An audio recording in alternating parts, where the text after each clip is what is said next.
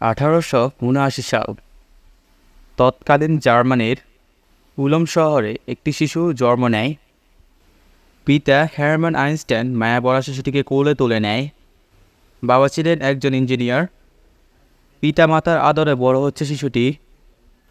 শিশুটির বয়স যখন 3 বছর, মা বাবা মনে প্রশ্ন আসে, ছেলেটি খুব কম কথা বলে, ছেলেটির মনে হয় কোনো সমস্যা আছে।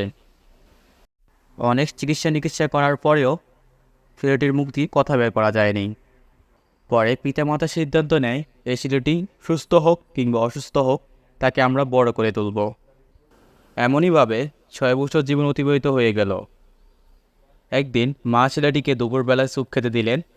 তখন মা হঠাৎ শুনে তার ছেলে বলে ওঠে, মা, আজকে স্যুপটা কেন এত ঠান্ডা? এই কথা শোনার সঙ্গে সঙ্গে মা হতবাক হয়ে গেলেন। তখন বলে ওঠে, আরে তুমি কথা বলতে পারো, এত বছর কথা বলোনি যে?